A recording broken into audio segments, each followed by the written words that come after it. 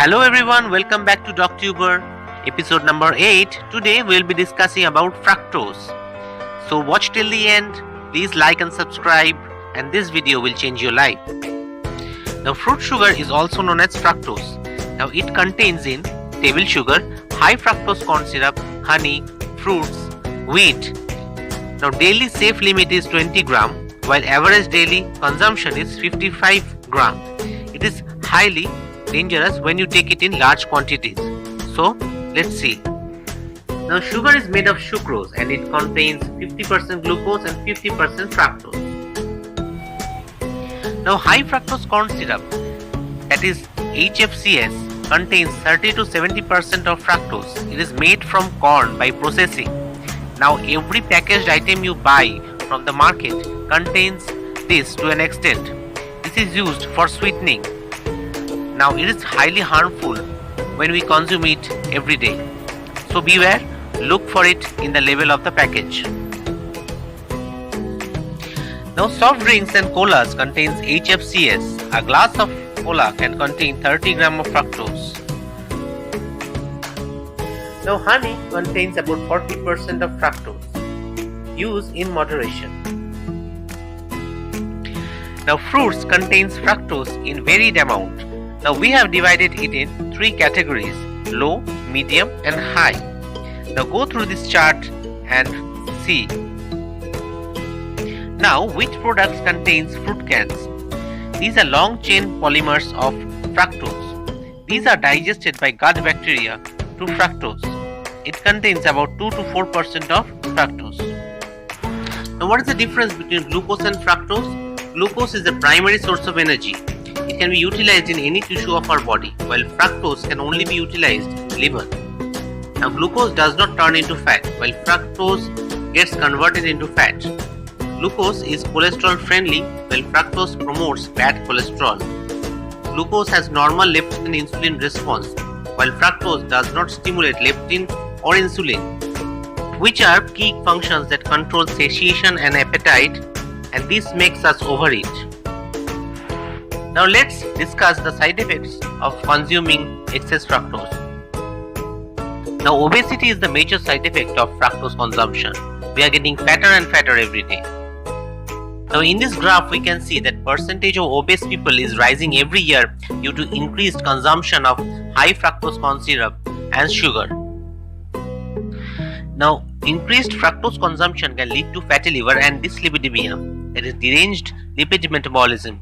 In left hand side you can see healthy liver, in the right hand side you can see fatty liver where there is increased lipid droplets in the liver. In this diagram we can see that increased consumption of fructose leads to triglyceride overproduction, leading to hepatic lipid accumulation or fatty liver, and increased fat deposition throughout the body, leading to obesity. Now this diagram shows that increased fructose consumption can also lead to cholesterol overproduction. Now high fructose diet is the leading cause of insulin resistance, leading to type 2 diabetes. Fructose inhibits beta oxidation of fats. Now fructose activates NADPH oxidase, leading to excessive reactive oxygen species and mitochondrial dysfunction. And enhanced triglyceride production cause insulin resistance. Now high fructose diet causes hyperuricemia, where the uric acid crystals are found in swollen and inflamed joints. Now it also causes kidney stones, where it can obstruct the urine outflow. In this diagram we can see increased fructose leads to increased uric acid production and reactive oxygen species, which can lead to gout and inflammation. Now high fructose diet causes chronic inflammation caused due to obesity by a TNF-alpha cytokine. Increased mitochondrial reactive oxygen species and reactive nitrogen species production leads to mitochondrial dysfunction and insulin resistance. Now it also triggers cellular apoptosis or cellular death. Advanced glycation end products are proteins or lipids that become glycated as a result of exposure to sugar. Now AG is attached to receptor for advanced glycation end products, that is RAGE. Now it leads to activation of the pro-inflammatory gene. This leads to enhanced cytokine secretion and inflammatory response, which leads to diseases like Alzheimer's disease, cardiovascular disease, cataract, stroke, nephropathy, and muscular atrophy. Now, high intake of fructose can lead to cancer. Cancer cells depends on fructose for growth. Cancer cells expresses GLUT5 receptor for fructose entry, and fructose activates mTORC1 mediated cancer cell growth. High fructose intake also leads to irritable bowel syndrome. Now, symptoms like bloating, increased stool frequency, nausea, and gut inflammation can occur. Now, high fructose diet favors pro-inflammatory microbiota, producing endotoxins and suppressing production of short-chain fatty acids that are essential for intestinal barrier function. Pro-inflammatory microbiota and their products, that is LPS, lipopolysaccharide, pathogen-associated molecular patterns, PAMs, recruit macrophages and bind to toll-like receptors, TLR4, leading to release of cytokines such as TNF-alpha, causing mucosal inflammation. Subsequently, inflammation decreases expression of tight junction protein, resulting in a higher permeability of gut barrier.